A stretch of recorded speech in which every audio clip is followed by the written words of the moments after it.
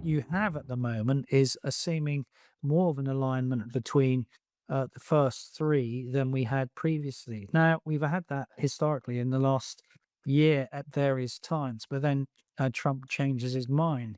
So it's whether Trump, in terms of some of these things, changes its mind and where the big issues actually lie. Let me explain one of those. For example, Trump referred in the conference last night, post the discussions, as one of the thorny issues being land.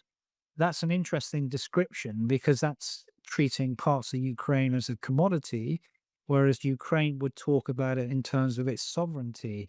Now, if you talk of things as a land and as a commodity that can be traded, that is different than talking about sovereignty, which cannot really be traded. And that's the thorny issue, really, of the Donbass, which I suspect Russia will absolutely not shift its position.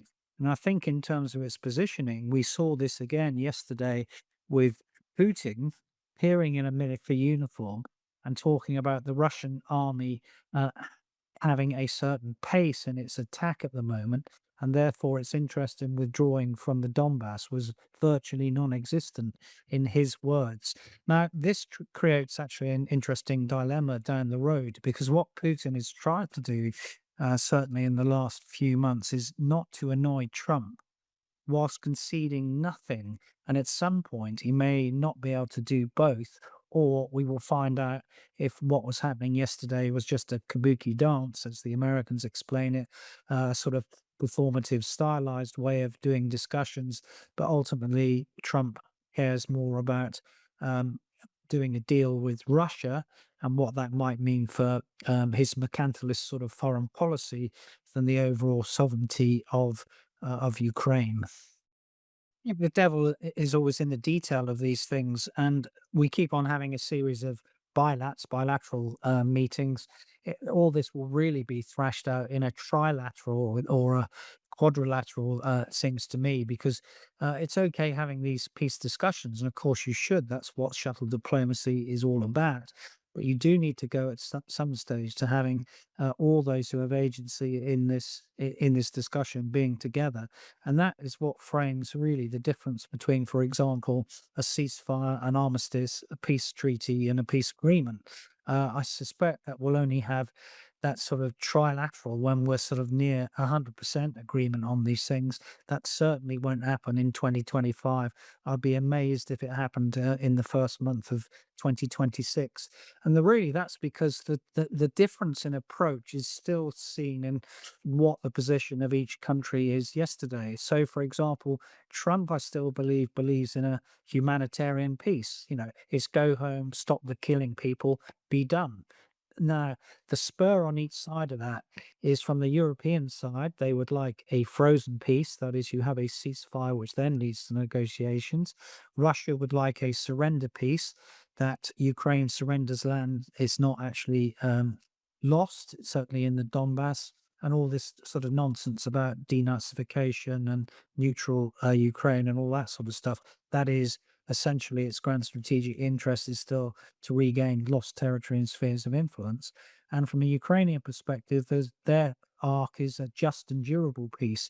There's a big difference between Trump in the center on a humanitarian peace with a just and durable peace to do with sovereignty, independence, and territorial integrity of Ukraine on one side, and the notion of a surrender peace from Russia on the other side. Trying to bridge those is really, really difficult. And it's only when you get into this triangle of pressure, concessions, and rewards that that calculus may alter.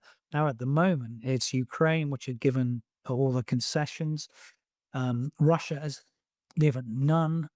There's pressure has always been on Ukraine, not really on Russia. And indeed, of course, the only pressure on Russia has been the 22nd of October announcement of the sanctioning of Rosneft and Lukoil.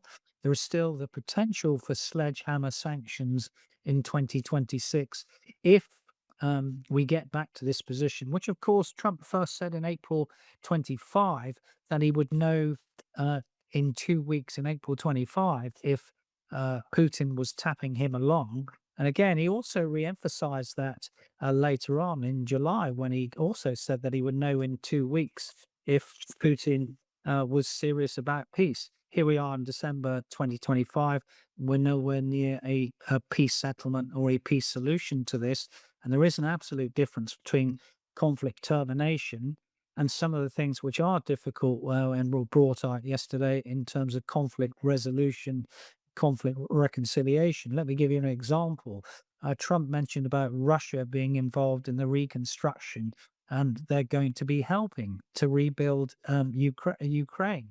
Now, from a Ukrainian side, what would be the detail of that? Because one of the things you don't do in international relations after you've just been invaded and the aggressor is still as this grand strategic objective is let an arsonist into your fire station. So it's all those 5%, 10% final details, which will tell you where we are in what we would call the payoff matrix in terms of win, win, lose, lose, lose, lose, win in terms of game theory and international relations.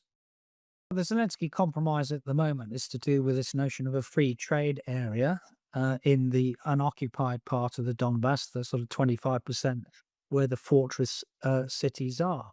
Now, the condition he seems to be attaching to that is the moment that if the Ukrainian forces move back either 5, 15, or 40 kilometers, then there should be a reciprocal withdrawal of the Russians 5, 15, or 40 kilometers.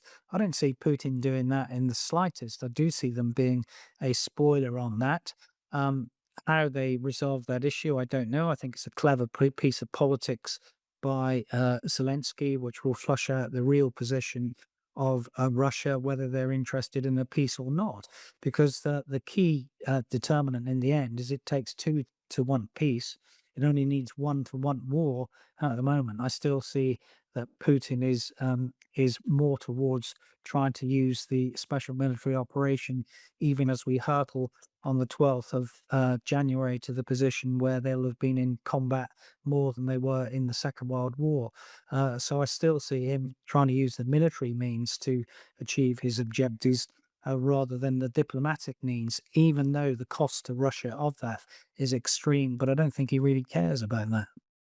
I don't think he's desperate for a settlement. Obviously, there are various factors. We know that, for example, there are probably 403,000 contract soldiers going to be simulated into the Russian forces next year.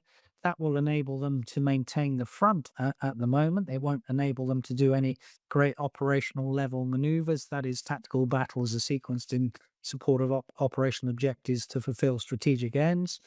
Still think if they were fighting, they won't take the fortress cities in 2026. They might do in future years. But then you come on to what's the state of the Russian economy? It's fragile at the moment. That doesn't mean it will fall over. Even if it did fall over, there's this notion that Prigozhin used to say that we may be required to live like North Korea for 5 years. So there are still so many variables in terms of support for both sides. On the Russian side, from Iran, North Korea, China, how much they get from that, from Ukraine on the continuance of financial, military, and humanitarian support from the West, and using more drones than manpower to overcome their manpower deficiencies vis-a-vis the total demographic pool of Russia.